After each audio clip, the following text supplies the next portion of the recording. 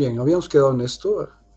Entonces, hoy vamos a continuar con el uso de fármacos en ancianos. Entonces, anciano es cualquier persona que tenga 65 años o más, ¿de acuerdo? Entonces, anciano, cualquier persona que tenga 65 años o más. La expectativa de vida. A ver, lo que vamos a hacer es admitir a alguien más y de ahí continuamos, ¿sí?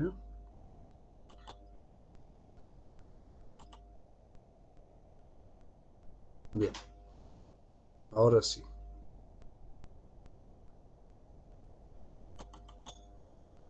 Bien, la expectativa de vida en Bolivia es de 65 años, no es todavía muy alta. Algunas estadísticas eh, muestran que tal vez ya se esté llegando a los 68 o 69 años de expectativa de Bolivia y que el 12% de la población boliviana es o tiene 65 o más años de edad. Si nosotros tomamos en cuenta que tenemos una población de aproximadamente 11 millones de habitantes, ¿no es cierto? Eh, Diríamos de que de estos 11 millones de habitantes tendríamos un poco más de 110.000 personas, ¿no? 115.000 personas eh, perdón, 1.100.000 personas que son mayores a los 65 años de edad. Esto tiene sus implicancias, obviamente. Conforme la población envejece, también aumentan los problemas de salud pertenecientes a este grupo etario. Y esto acarrea una serie de implicaciones desde el punto de vista médico, obviamente desde el punto de vista clínico y también desde el punto de vista farmacológico. Bien, factores que predisponen al bajo cumplimiento del tratamiento en los ancianos. Y este es un problema. Hemos dicho que los dos extremos de la vida se comportan de una manera diferente al resto de la población en relación a la terapéutica. Entonces, los ancianos pueden tener un bajo cumplimiento del tratamiento que se les instaura, uno por su propia edad avanzada. A veces personas de más de 80 años, el tener esa edad hace que dificulte no solamente la administración de la terapéutica, sino también dificulte la respuesta diferente que tienen estas personas. Otro problema es la falta de apoyo familiar. Existen personas de esta edad que viven solos y por lo tanto esto también dificulta el tratamiento. El bajo nivel cultural, pero esto no es solamente propio de los ancianos. El bajo nivel cultural afecta a toda la población en ciertos segmentos, ¿no es cierto? Y esto hace de que cuando el nivel cultural es bajo, el cumplimiento de la terapéutica también es bajo. La demencia que afecta a las personas de mayor edad, la polimedicación que habíamos dicho, aumentan los problemas de salud y por lo tanto aumenta la necesidad de uno o más medicamentos en este grupo etario, lo que da lugar a problemas no solamente en el cumplimiento del plan terapéutico, sino también en la interacción de los fármacos entre sí. La confusión en los nombres de los medicamentos. Por eso cuando yo les hablaba ayer de la prescripción para los pacientes, esta debe ser siempre realizada con letra legible, clara, y el médico tiene la obligación de explicar al paciente en palabras sencillas que pueda entender la naturaleza de su problema, el objetivo terapéutico y luego darle una explicación también clara y sencilla en palabras que pueda entender de los medicamentos en relación a cómo esperamos de que actúen, cuáles son las instrucciones en cuanto a su frecuencia de dosificación, a los horarios, etcétera, etcétera. Los regímenes de dosificación complejos, lo mismo que acá, ¿no es cierto? Es bien difícil para una persona de edad avanzada poder cumplir un plan terapéutico, un régimen terapéutico complejo. Entonces, todo debe ser anotado, explicado, para que el paciente pueda cumplir su plan terapéutico. Inclusive se puede utilizar dibujos, ¿no?, para que les ayude a cumplir el plan terapéutico. Por ejemplo, en vez de poner comprimido, o se puede poner a dibujar un pequeño comprimido, o colocar el nombre comprimido y un pequeño dibujo, ¿no?, explicándole de una manera sencilla y completa cómo tiene que hacerlo. La aparición de reacciones adversas, ¿ya? Vamos a ver posteriormente en este tema que tenemos hasta el día de mañana, la importancia de reacciones adversas, ¿no?, o también de cierta manera los efectos colaterales que pueden hacer de que el cumplimiento del tratamiento en los ancianos se dificulte. El tamaño, color y o sabor de los medicamentos, extremo de la vida, ¿no es cierto? Uno dice, yo puedo ir y comerme un buen bife, ¿no?, y trago pedazos de carne, a veces grandes, y no puedo tragar un simple comprimido. Y eso ocurre mucho en pacientes de edad avanzada. La dificultad para tragar, para deglutir un comprimido. Las características del envasado de los medicamentos, esto se refiere a que a veces es difícil obtener el medicamento de su envase, ¿no es cierto? Entonces esto ya en personas de una edad avanzada dificulta de que puedan obtener el comprimido, obtener la solución, porque el envase en el cual están ellos contenidos son de difícil manipulación para estas personas. Déficit visuales y auditivos, ¿no? Pueden haber problemas de degeneración macular que entorpece la visión de los pacientes, que les da una visión periférica, o miopías intensas, o que impiden de que el paciente pueda visualizar con facilidad los fármacos que debe utilizar, o déficits auditivos que interfieren, digamos, en la explicación que le estamos dando nosotros los médicos, o en el caso, por ejemplo, de sus propios familiares que dificulta el cumplimiento de la terapéutica. Y esto que es importante, este último punto, aquí el tamaño de la letra del prospecto, ¿no es cierto? Bueno, aquí cuando se habla de prospecto está hablando de la información que está contenida en el envase, en la caja que contiene el medicamento. Esto en otros países no existe, es decir, la receta médica en otros países no da acceso al prospecto al paciente, porque si bien es importante el prospecto, la comprensión de lo que dice el prospecto es difícil por cualquier paciente, sea este de edad avanzada o no. Y en otros lugares solamente se da el medicamento, a veces inclusive sin el nombre del medicamento en el frasco, y solamente las instrucciones para su utilización.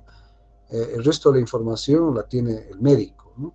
Entonces el prospecto es a veces de difícil comprensión, especialmente cuando se refiere a la forma correcta de utilización de los fármacos. Bien.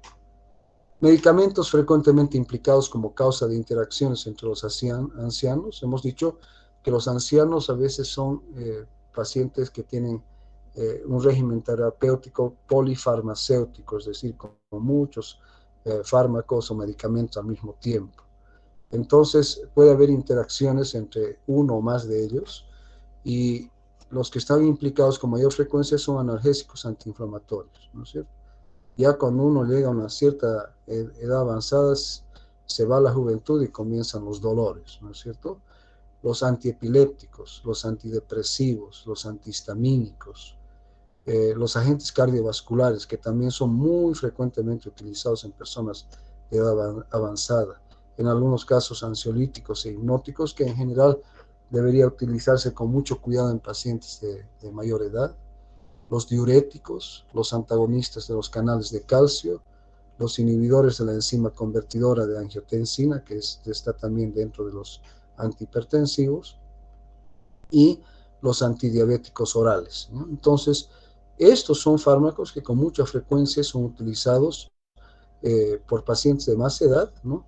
Y que a la vez están tomando varios de estos al mismo tiempo, lo que da lugar a distintos efectos relacionados a la interacción entre ellos. Bien, factores relacionados con el aumento de la incidencia de reacciones adversas en los ancianos, ¿no? Uno, que el anciano ya por su propia edad, hemos dicho, los niños pequeños, ¿no es cierto?, y los ancianos, los extremos de la vida, tienen funciones farmacocinéticas y farmacodinámicas diferentes, ¿no es cierto? Y en los ancianos esto es muy patente, muy evidente. Vamos a ver dentro de un rato cómo hay alteraciones farmacocinéticas y farmacodinámicas que obviamente tienen incidencia eh, en la aparición de mayor cantidad de efectos adversos.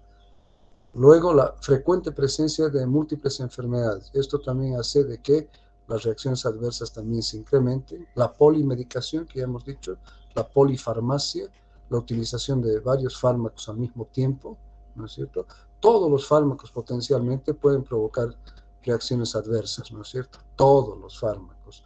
Y esto aumenta aún mucho más cuando se utilizan varios fármacos al mismo tiempo, porque existe una sumatoria de los efectos adversos que pueden presentarse para cada uno de ellos y aumenta la incidencia de reacciones adversas. La presentación atípica de las enfermedades, que no se presentan de diferente manera en la gente de mayor edad. Errores en el diagnóstico, esto ya pertenece al médico propiamente dicho, y la prescripción inadecuada, es decir, habíamos visto ayer los pasos que se debe seguir para hacer una terapéutica adecuada, ¿se acuerdan? Y lo primero, ya este diagnóstico está representado obviamente por la identificación del o de los problemas que afectan a los pacientes, ¿no es cierto? Entonces, fundamental para una buena terapéutica es identificar el o los problemas del paciente.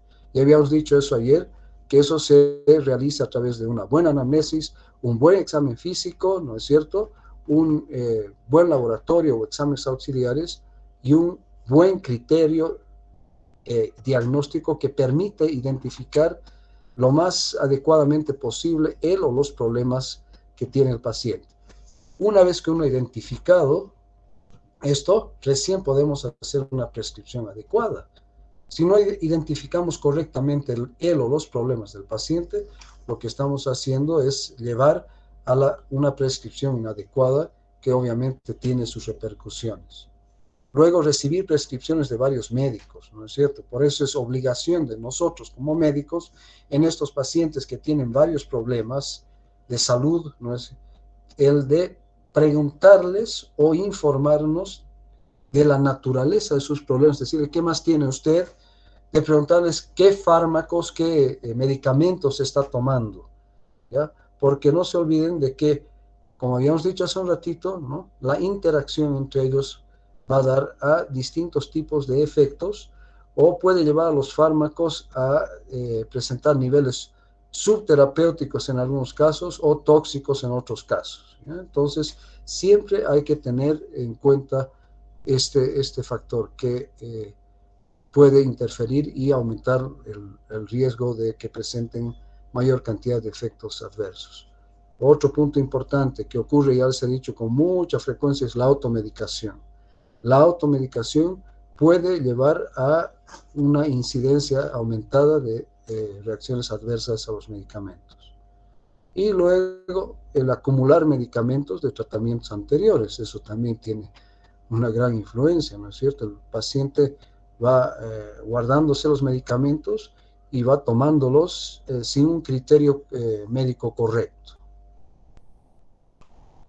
Bien, en relación a la farmacodinámica en los ancianos, ¿ya?, aquí están algunos efectos, ¿ya?, de algunos fármacos o de algunos medicamentos. Entonces tenemos las benzodiazepinas, que habíamos dicho el día de ayer, que son hipnóticos sedantes, ¿no?, muy utilizados, ¿no?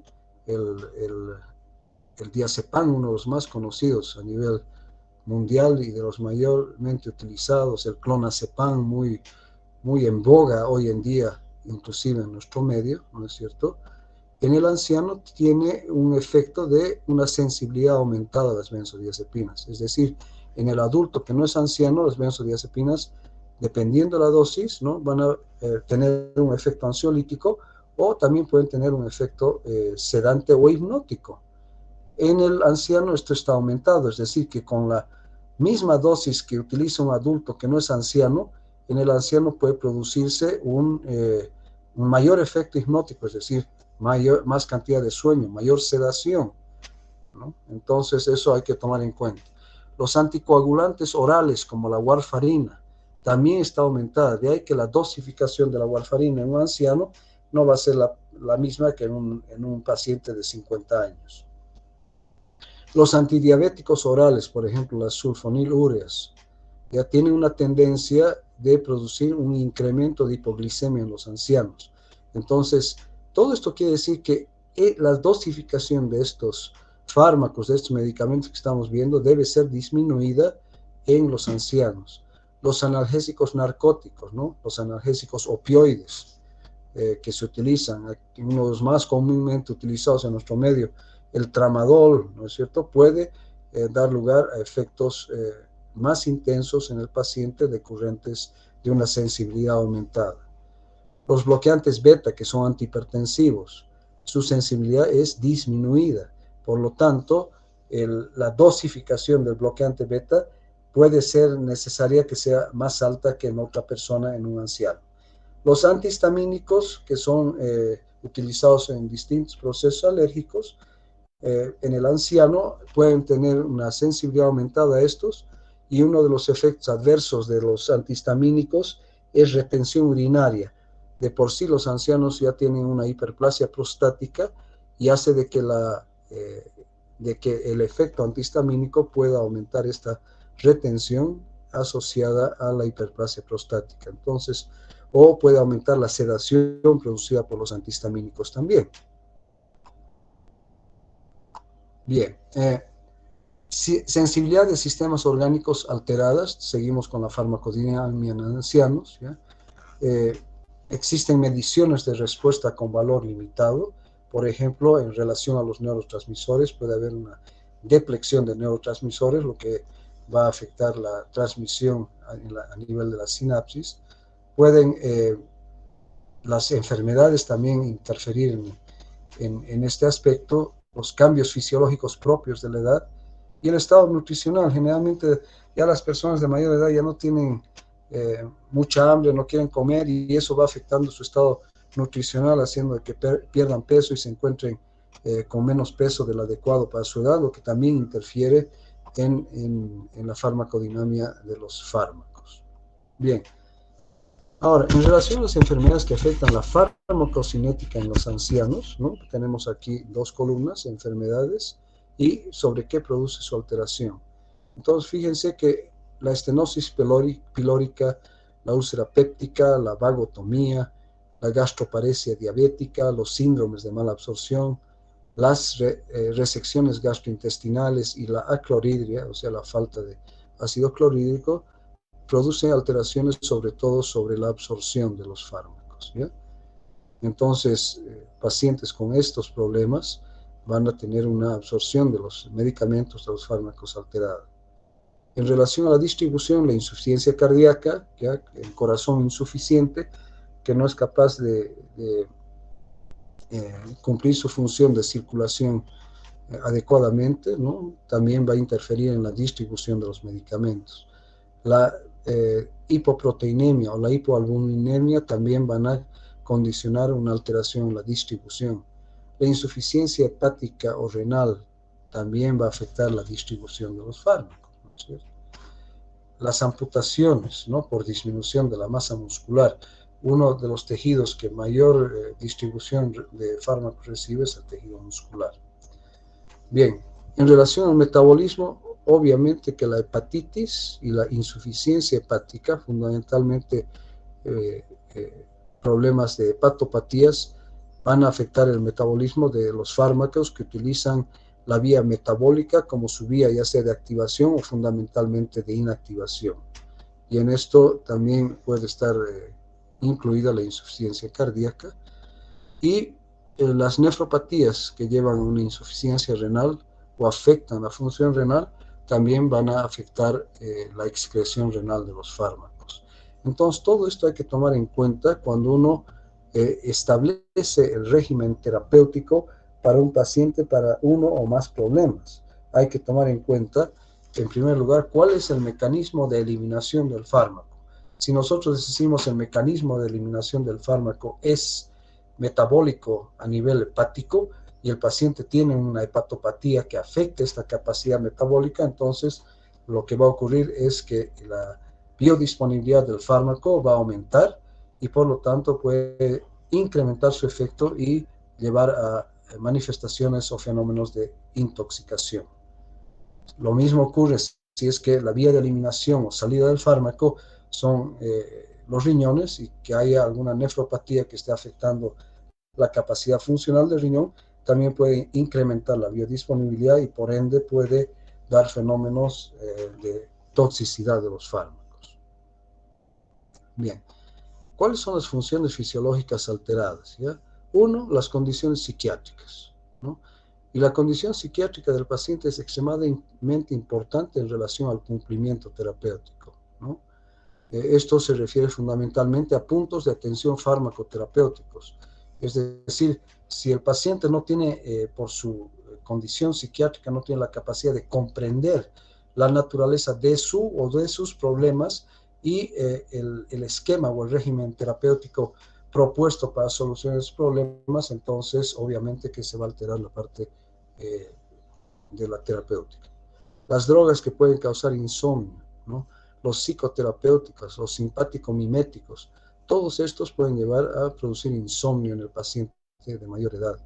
Drogas que pueden precipitar delirio y depresión, entre estos está el alcohol, los psicoterapéuticos, los antiparkinsonianos. Entonces, todas estas hay que tomar en cuenta en el esquema y en el régimen terapéutico de los pacientes. Precauciones siempre, ¿ya? Los ancianos hemos dicho que son más sensibles al uso de fármacos que afectan la actividad del sistema nervioso, ¿no es cierto?, central. Entonces, cualquier depresor del sistema nervioso central hay que manejarlo con mucho cuidado y a la dosis mínima eficaz para lograr un propósito en el paciente de mayor edad. Entonces, drogas que pueden ocasionar incontinencia, por ejemplo, que ya de por sí los ancianos, tanto hombres como mujeres, pueden tener, por ejemplo, incontinencia urinaria, ya de por sí. Entonces, si uno incrementa este problema que puede incrementar la incontinencia, fármacos como los diuréticos, fármacos psicoactivos, los relajantes musculares y los beta bloqueadores pueden incrementar los problemas de incontinencia en el paciente. Entonces, eso también hay que tomar en cuenta. Los que producen mayor cantidad de retención o incontinencia, por ejemplo, los anticolinérgicos, el uso de fármacos que bloquean a los receptores muscarínicos, entonces pueden llevar a incontinencia, porque ya van a ver posteriormente cuando veamos el sistema nervioso autónomo que los anticolinérgicos, ¿no?, pueden incrementar la retención urinaria, como yo les había dicho al comienzo, en pacientes que tienen hiperplasia prostática benigna, por ejemplo. Disfunción sexual, también, obviamente. Ustedes dirán, pero ya es viejito, ¿no? Entonces, ¿qué interesa su función sexual? Por increíble que parezca así, en pacientes de mayor edad también existe actividad sexual, ¿no?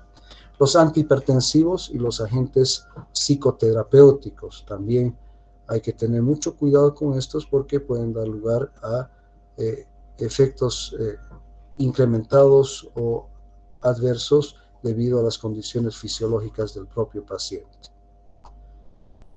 Bien, algunas drogas pueden también empeorar la condición existente. Por ejemplo, ya los viejitos de por sí pueden tener problemas de constipación y si utilizamos fármacos que puedan incrementar este problema, entonces afecta también al paciente. Precaución con agentes que se asocian con lesión esofágica, ¿ya? Los antiinflamatorios no esteroideos de por sí son gastrolesivos, especialmente aquellos que no son selectivos. Entonces pueden provocar lesiones no solo a nivel del esófago, sino también al estómago, ¿no? Sino gastritis, úlceras relacionadas con el uso de antiinflamatorios no esteroideos. O el alendronato, que es un grupo de fármacos, ivandronato, alendronato, que hacen de que ustedes saben que ya la persona adulta no incorpora calcio como un niño. Entonces existen estos fármacos, como el alendronato y el ivandronato, que se deben tomar una vez, ahora hay formulaciones para tomar una vez al mes, pero que pueden lesionar el esófago y que por eso se aconseja que el paciente no flexione el cuerpo, o sea, no se agache, no se eche cuando toma el endronato, por lo menos durante una hora posterior a la ingestión de los ivandronatos o el alendronato. ¿Ya? Precaución para usar agentes que afectan las funciones pulmonares en pacientes con compromiso respiratorio. Aquí nuevamente los depresores del sistema nervioso central, los fármacos que puedan provocar los bloqueantes beta-adrenérgicos no selectivos, como el propanolol, que pueden provocar broncoconstricción y afectar la función respiratoria del paciente, ¿no? ¿Ya? Vacunas para neumococos e influenza. ¿Ya? Hay que tomar en cuenta que esto es muy común, vacunar a los pacientes de mayor edad con la vacuna para neumococos e influenza, que también hay que tomar en cuenta que la administración debe ser con precaución. Bien, en relación a como seguimos las funciones fisiológicas alteradas que pueden afectar lo correspondiente a la absorción, en estos pacientes puede haber un aumento del pH gástrico y eso lleva, ¿no es cierto?, a, si el pH gástrico aumenta, la acidez gástrica disminuye y por lo tanto el medio se altera. ¿Ya?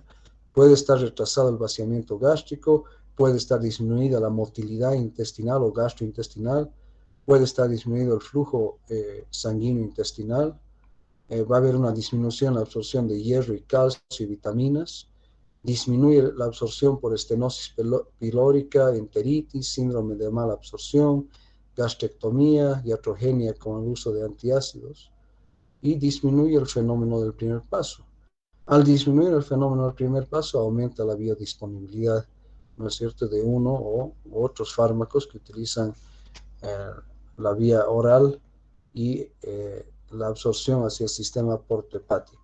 Entonces, todas estas funciones alteradas pueden afectar la absorción de los fármacos. La distribución, ¿qué ocurre con los ancianos? Disminuye el agua y la masa muscular, ¿no es cierto? Hemos dicho que el tejido donde se distribuyen en mayor cantidad los fármacos es el tejido muscular porque es el más abundante, ¿no es cierto? Pero también disminuye el agua y la masa muscular, aumentan las grasas, ¿sí? Se altera el volumen de distribución, disminuye la concentración de albúmina, que es la proteína plasmática, que obviamente también va a afectar la distribución de los fármacos, y en algunos casos de fármacos específicos como la fenitoína, la tolbutamida y la warfarina, ¿no es cierto?, disminuye la unión de estas sustancias orgánicas. También aumenta la unión de proteínas a antidepresivos y benzodiazepinas, que habíamos dicho que hace que aumente entonces la sensibilidad a estos fármacos en personas de mayor edad. Bien, metabolismo. Entonces, en las personas de mayor edad disminuyen las enzimas hepáticas y del sistema citocromo, ¿ya? Se conservan las reacciones de la fase 2, ¿ya? Pero afecta más a las reacciones de la fase 1. Y por lo tanto, esto también puede condicionar, al disminuir la actividad metabólica, puede condicionar a un incremento de la biodisponibilidad de ciertos fármacos, como las benzodiazepinas, la acumulación de esta y el incremento en los efectos hipnóticos y sedantes de estos fármacos, por ejemplo. En relación a la excreción, disminuye la excreción renal porque baja el número de glomérulos activos, funcionantes, ¿ya? Disminuye el flujo sanguíneo y la filtración glomerular y la secreción tubular. Por lo tanto, todo esto da como en sumatoria que la excreción renal está afectada en personas de mayor edad. Esto nuevamente, como en el caso del metabolismo hepático, puede condicionar un incremento de la biodisponibilidad del fármaco y por lo tanto también a fenómenos de acumulación de mayor concentración del fármaco y por lo tanto a un incremento en su actividad y también en su concentración, lo que puede llevar también a manifestaciones tóxicas. Disminuye la excreción renal en deshidratación, en insuficiencia cardíaca congestiva, en la hipotensión, y esto afecta es increíble ver la cantidad de personas de mayor edad que llegan a los hospitales deshidratados como si fuesen niños pequeños. Ya la insuficiencia cardíaca ya la habíamos mencionado, que impide que la circulación sanguínea sea normal a todos los tejidos y por lo tanto afecta la distribución de los fármacos, o la hipotensión producida por la deshidratación, ¿no es cierto? Y otro también por el uso de fármacos antihipertensivos. La retención urinaria, que ocurre en pacientes que tienen problemas, fundamentalmente en pacientes con hiperplasia prostática o en pacientes que utilizan fármacos que de por sí producen retención urinaria. Y las nefropatías que habíamos hablado, que son las que afectan la función renal. Y también se altera el aclaramiento de creatinina, que es dependiente, ¿no? También de una función renal adecuada. Bien, entonces sería en lo que se refiere a los ancianos, ¿ya? En claro, ¿qué sacamos de esto? Que la dosificación de fármacos en los ancianos debe realizarse de los fármacos debe realizarse en forma correcta, ¿ya? Muchas veces la dosis en el anciano debe ser modificada, ¿ya? Muchas veces tiene que ser modificada, disminuida en muchos casos, para que el plan terapéutico sea cumplido con un resultado terapéutico adecuado, sin incremento de las reacciones adversas o de los efectos colaterales que se pueden producir al administrar los fármacos. ¿Ya? Tener mucho cuidado en la dosificación, ¿ya? Porque en estos dos puntos, que es importantísimo, es de que los fármacos, las drogas, los medicamentos se eliminan fundamentalmente por dos vías. Una por la vía metabólica, que ya habíamos mencionado el día de ayer, y otra a través de la excreción, ¿ya? Entonces, lo que entra debe salir, se dice, ¿no es cierto?, vulgarmente, ¿ya? Entonces, ¿cómo logramos eso?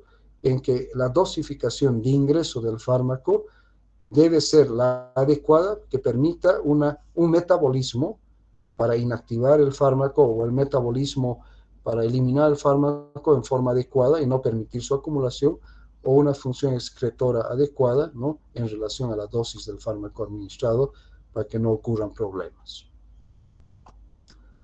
Bien, ¿hay alguna pregunta hasta aquí en relación a la terapéutica en los ancianos?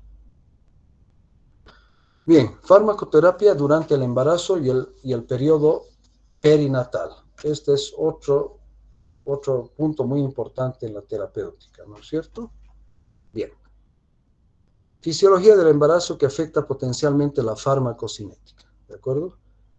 En el sistema cardiovascular, la expansión del volumen plasmático, ¿no es cierto? No se olviden que la mujer embarazada eh, tiene un ser vivo dentro de ella, lo que va a producir una expansión del volumen plasmático, un incremento del gasto cardíaco. El corazón de la madre está funcionando el doble para poder realizar la función circulatoria en ella y en el niño. Cambios de flujo sanguíneo regional, en algunas áreas mayores, en otras áreas menores. Cambios respiratorios, ¿ya? Especialmente en los últimos meses del embarazo, ya cuando el producto está grande, que puede afectar la mecánica respiratoria de la madre, pero también otro tipo de cambios respiratorios de tipo funcional. La disminución en la concentración de albúmina, que como hemos visto en el anciano, también es importante en la distribución de los fármacos, y también cambios en la actividad enzimática hepática, fundamentalmente, que va a afectar el metabolismo de los fármacos, ¿ya? Cambios gastrointestinales. Hay una disminución de la acidez gástrica, pero esto es relativo, porque ya en los últimos meses del embarazo, la presión que ejerce el producto hacia arriba, ¿no es cierto?, a veces produce trastornos en esto. Luego, retraso en el vaciamiento gástrico también, e incremento del tiempo de tránsito por efecto de la progesterona. Entonces, la función digestiva, la digestión de los alimentos, es dificultosa, especialmente en los últimos meses del embarazo, ¿ya? Que eso obviamente va a afectar también el tránsito y la absorción de los fármacos cuando son necesarios.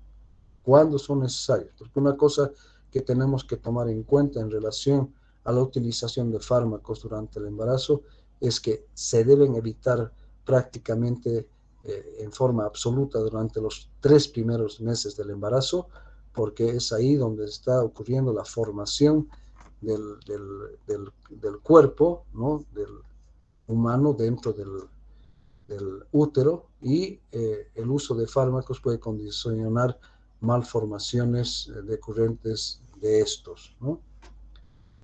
Bien, ¿cuáles son las categorías de toxicidad de fármacos en el embarazo? Son los que se clasifican como categoría A, son que tienen poco o ningún riesgo para el feto. Entonces quiere decir que pueden ser utilizados para la madre sin mayor riesgo, sin mayor problema. La categoría B dice que son aquellos probados en animales en reproducción y que no han demostrado aumento de riesgo para el feto, ¿ya? Pero es diferente, ¿no? En el A es poco o ningún riesgo para el feto. En categoría B ha sido probado en animales en reproducción y no ha mostrado un aumento en el riesgo para el feto. Categoría C, probados en animales y en humanos, uso del fármaco debe ser sopesando riesgo-beneficio. ¿Entiende? ¿Aquí qué quiere decir? De que si el beneficio es mayor al riesgo, se puede utilizar con precaución este tipo de fármacos. Pero si el riesgo es mayor que el beneficio, en teoría por lo menos no se debería utilizar, ¿de acuerdo? Todo está en función al beneficio que pueda obtener la paciente con su uso. La categoría D existe riesgo para el feto, entonces un fármaco de categoría D o también de categoría C y D no debería utilizarse en lo posible. En la categoría C, como dice aquí, sopesando riesgo-beneficio, ¿ya? En la categoría D existe riesgo para el feto, no debe utilizarse. Y la categoría X es teratógeno y tóxico y en realidad estaría prohibido su uso en la madre por el riesgo que implica para el feto y para la misma madre. ¿De acuerdo? Entonces, los únicos fármacos que en realidad podrían utilizarse sin problemas durante el embarazo son aquellos que corresponden a categoría A. ¿Dónde está la información a qué categoría pertenece? Está en el prospecto o en la bula adjunta a los fármacos o, obviamente, en la información farmacológica que tengamos nosotros como médicos de estos fármacos. Bien. Teratogenia inducida por fármaco se refiere a que el fármaco va a producir efectos teratógenos en el feto y por lo tanto va a llevar a malformaciones congénitas. Entonces depende del medicamento y del momento en que se produce la exposición al teratogénico. Por eso yo les he dicho, es importantísimo en lo posible evitar el uso de cualquier fármaco durante los 3 primeros meses del embarazo. No utilizarlos, ninguno. ¿Ya? A no ser que sea absolutamente necesario y en ese caso evaluar riesgo-beneficio. Si realmente no hay otra, bueno, uno tiene que someterse al riesgo porque el beneficio es importante o no hay otro camino a seguir. Antes de la 3ª semana daña al embrión y puede llevar a un aborto espontáneo. ¿Ya? Después de la 8ª semana afecta el crecimiento y maduración de los órganos. Por lo tanto, hemos dicho, en lo posible, no utilizar ningún fármaco en el embarazo durante los 3 primeros meses, en lo posible. Pero si nosotros extrapolamos a los otros meses del embarazo, en lo posible también se debe evitar el uso de fármacos durante todo el embarazo, evaluando obviamente el riesgo-beneficio, dejando para el uso sin mayores problemas a los fármacos que pertenecen a la categoría A. Bien, ¿por qué ocurre la teratogenicidad de los fármacos? ¿Por qué tienen efectos teratógenos? Entonces, el mecanismo de producción pueden ser alteraciones cromosómicas, monogénicas o poligénicas, ¿no es cierto?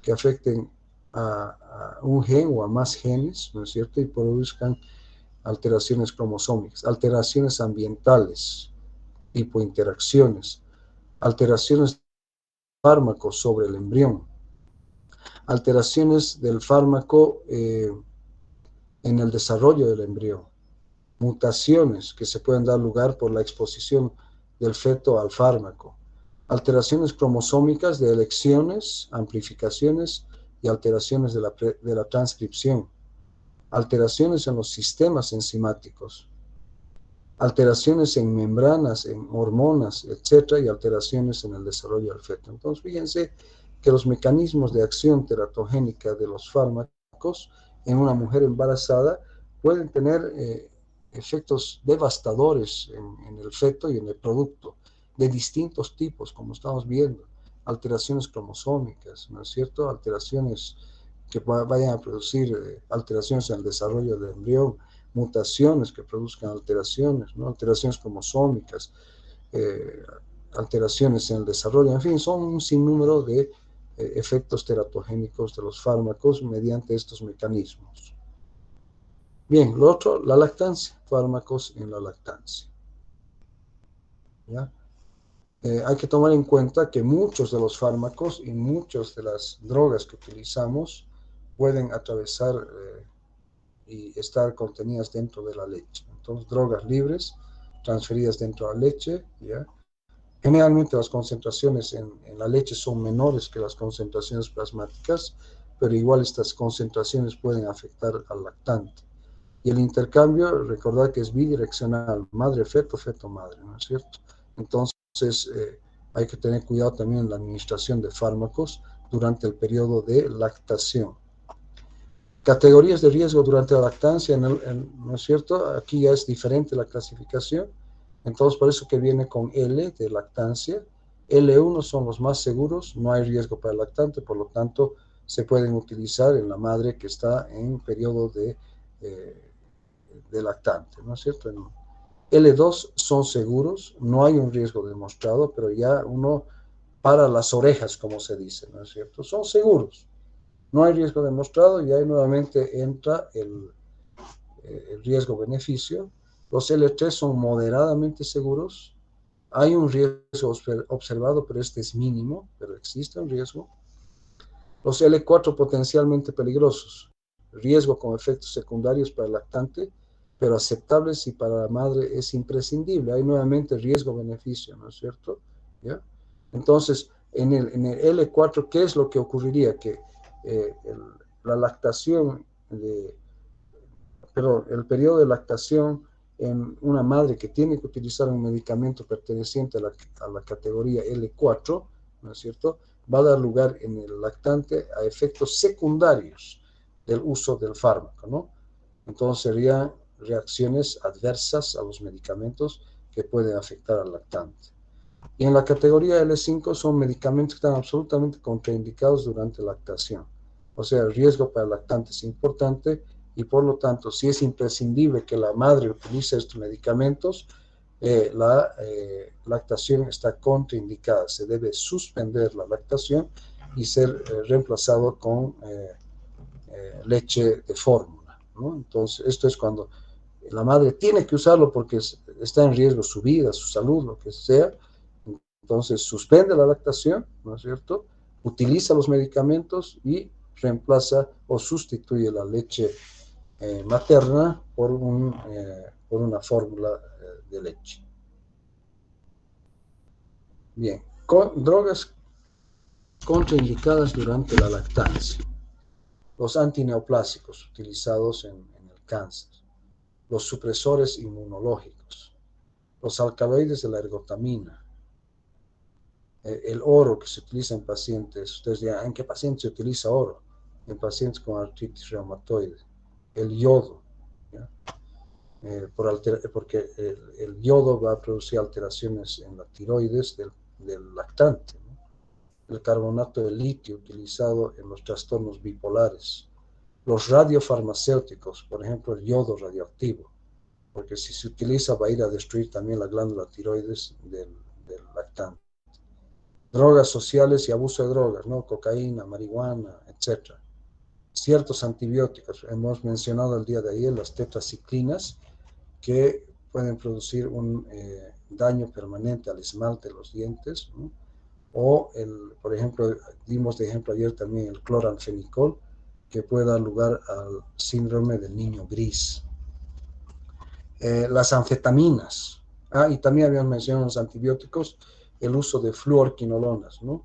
Que puede alterar el cartílago de crecimiento en los niños. Las anfetaminas, que son estimulantes, que se utilizan, se utilizaban mucho para perder peso. Eh, Hoy en día su dispensación y su uso está muy regulado, ¿ya? Muy regulado por los efectos adversos cardiovasculares que producen las anfetaminas. Las estatinas, que son utilizadas para normalizar los niveles de lípidos en el organismo, ¿no? O sea, se utilizan en aquellas personas que tienen niveles de colesterol elevados, con lipoproteínas de baja densidad o de muy baja densidad elevadas y con niveles de proteínas de alta densidad bajos.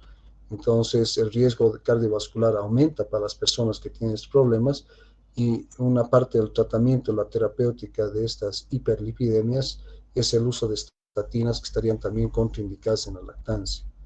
La amantadina, el cloranfenicol, la clindamicina, ¿no? Que está también lo que hemos dicho, el cloranfenicol dentro de los antibióticos, las tiazidas, que son diuréticos, los antipsicóticos, ¿no? Utilizados en pacientes con problemas psiquiátricos, con psicosis, los antidepresivos, los opioides, obviamente los opioides, los analgésicos opioides. Es tan grande el problema de los analgésicos opioides en todo el mundo, por la gran cantidad de reacciones adversas a los opioides, reacciones adversas a los medicamentos, que hoy en día hay una campaña gigantesca en Estados Unidos para disminuir el uso de opioides, ¿no? Es por lo tanto opioides contraindicados durante la lactancia. Los anticoagulantes cumarínicos, que ya habíamos mencionado, como la warfarina, porque va a pasar al niño y puede provocar fenómenos de anticoagulación en los niños. Y ya habíamos mencionado el yodo, los ioduros y el yodo. Bien. Causas prevenibles de problemas relacionados con los fármacos, ¿eh? Entonces, en relación a las interacciones medicamentosas, el uso de un fármaco puede interactuar con otros fármacos, con alimentos, con suplementos, con una enfermedad del paciente, lo que puede generar efectos adversos o disminuir su eficacia. Entonces, cuando nos referimos a la interacción medicamentosa, estos pueden afectar las vías metabólicas de activación o inactivación del fármaco, fundamentalmente de inactivación. Entonces, si nosotros decimos la presencia de más de un fármaco en un momento dado, es decir, 2 o más fármacos en un paciente, puede dar lugar a interacciones medicamentosas que pueden dar a nivel metabólico efectos inhibitorios o estimulantes, ¿no? Entonces, si hay efectos inhibitorios sobre el metabolismo, va a llevar a un aumento de la concentración corporal del fármaco administrado, y por lo tanto va a incrementar su efecto farmacológico y llevar también a fenómenos tóxicos. Por el contrario, si es que existe un estímulo, ¿no? O de la actividad metabólica de un fármaco en presencia del otro, entonces estos fármacos van a ser eliminados más rápidamente, y por lo tanto es necesario modificar la dosificación del fármaco, pero en ambos casos, tanto cuando existe una inhibición de la actividad metabólica, se debe modificar la dosis del fármaco afectado, disminuyendo esta, para que no dé lugar a un aumento de la concentración del fármaco y un incremento de los efectos que pueden dar lugar a fenómenos tóxicos, ¿no? O una interacción que estimule o induzca el metabolismo puede llevar a la necesidad de incrementar la dosis del fármaco que está siendo afectado con este metabolismo incrementado, ¿ya? No sé si me han entendido eso. Una monitorización inadecuada, ¿ya?